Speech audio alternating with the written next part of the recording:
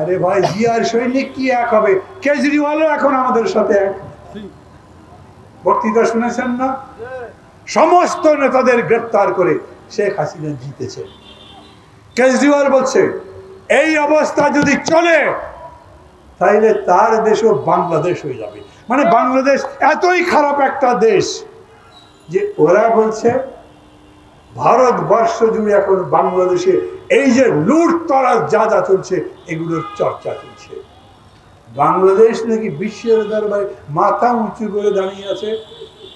আমি তো দেখি ওদের পুলিশ লাঠি উঁচু করে দাঁড়ায় আর ওদের পা চলে মানুষকে লাঠি দেওয়ার জন্য। ওদের মাথা নত। এখন বড় বড় কথা বলতে পারে না।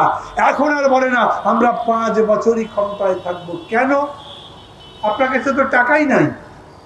দেশ চালাবেন যে টাকা আছে, রিজার্ভ লাগে ব্যাংকে, ব্যাংকগুলোতে এমনি শেষ। চুরি চামারি লুটতরাজ করে ব্যাংকগুলো কোটলা। আমাদের রিজার্ভ এখন কত?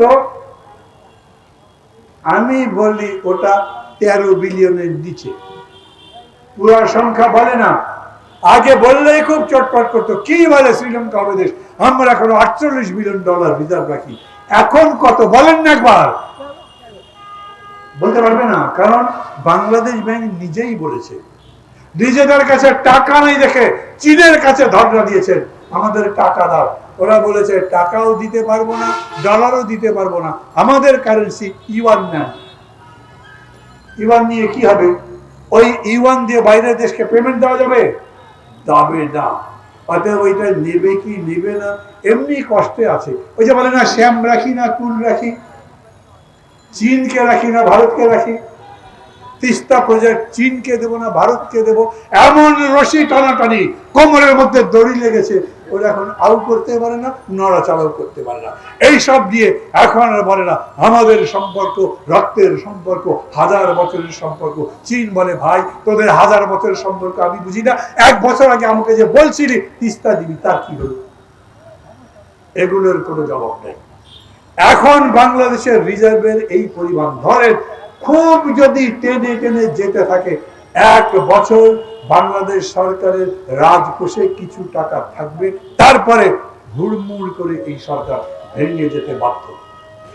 সাংবাদিক বন্ধু যারা আছেন তারা লিখতে পারে এই সরকার রিজার্ভের নতুন অঙ্ক যোগ করতে পারবে না, এই সরকার জিনিসের দাম কমাতে পারবে না, এই সরকার বিদ্যুতের দাম কমাতে পারবে না, এই সরকার এই যে এতজন মানুষের মুক্তির কথা বলেছেন এদের মুক্তি দিতে পারবে না।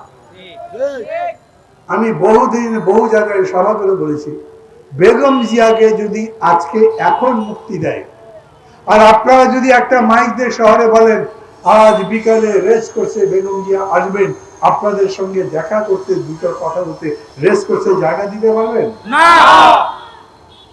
ওটা ওরা জানি আর এই জন্যই মুক্তি দিতে চায় না। কিন্তু আমি বলি মুক্তি ওদের দেওয়া লাগবে না, জেলের তলা ভেঙে যাবে, মানুষ পথে নামবে, অর্থনৈতিক সংকটে, আন্তর্জাতিক সংকটে, নিজেদের রাজনৈতিক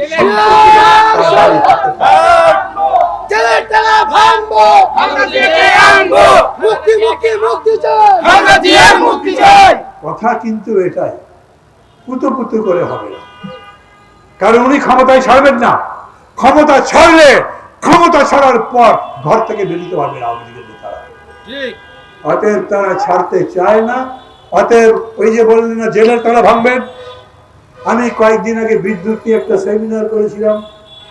এক বিশেষজ্ঞ যিনি বিদ্যুৎ সম্পর্কে জানেন তিনি ব্যাখ্যা দিয়ে বললেন এই বিদ্যুতের সংকট এরা কমাতে পারবে না, কারণ বিদ্যুতের টাকা দিয়ে সামিট গ্রুপ বড় হয়েছে, শুরুতে লুটপাট চলছে, আপনারা লাঠি নিয়ে রাস্তায় নামেন। কারণ উনি হিসাবে বললেন আমাদের উৎপাদন খরচ 4 টাকা হলে বিদেশি কোম্পানিকে, দেশের বিদ্যুৎ কোম্পানিকে 12 টাকা পরিশোধ করতে হয়।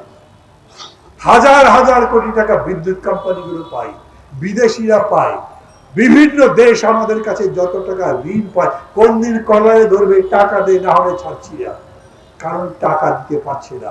এই সরকার সবভাবে দুর্বল। যারা মনে করেছিলেন 5 বছর টিকবে সরকার, আমি বলি 5 বছর টিকার কোনো কারণ নাই যদি আমরা সবাই আপনারা একসাথে রাস্তায় নামেন। যেদিন রাস্তায় নামবেন ঠিক মতো নামবেন, সেই দিন ঘন্টা বেঁচে যাবে। মানুষ ওই রাস্তার দিকে তাকিয়ে আছে। যেখানে সমাবেশ হয় দেখবেন রিক্সা চালকরা দাঁড়িয়ে থাকে, তাদের উপরে যে অত্যাচার। এই যে কিছুদিন আগেই দেখলেন বীরপুরে কি বিশাল বিশাল তারা মিছিল করলো, কেন? অটো রিক্সা বন্ধ করা যাবে না।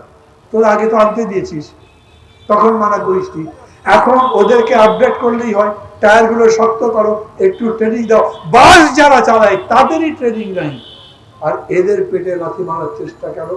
সর্বত্র সমস্ত স্তরে সব পেশার মানুষ জেগে গেছে, যাচ্ছে। ইনশাআল্লাহ আগামীতে আরো বড় সুসংবাদ আসবে।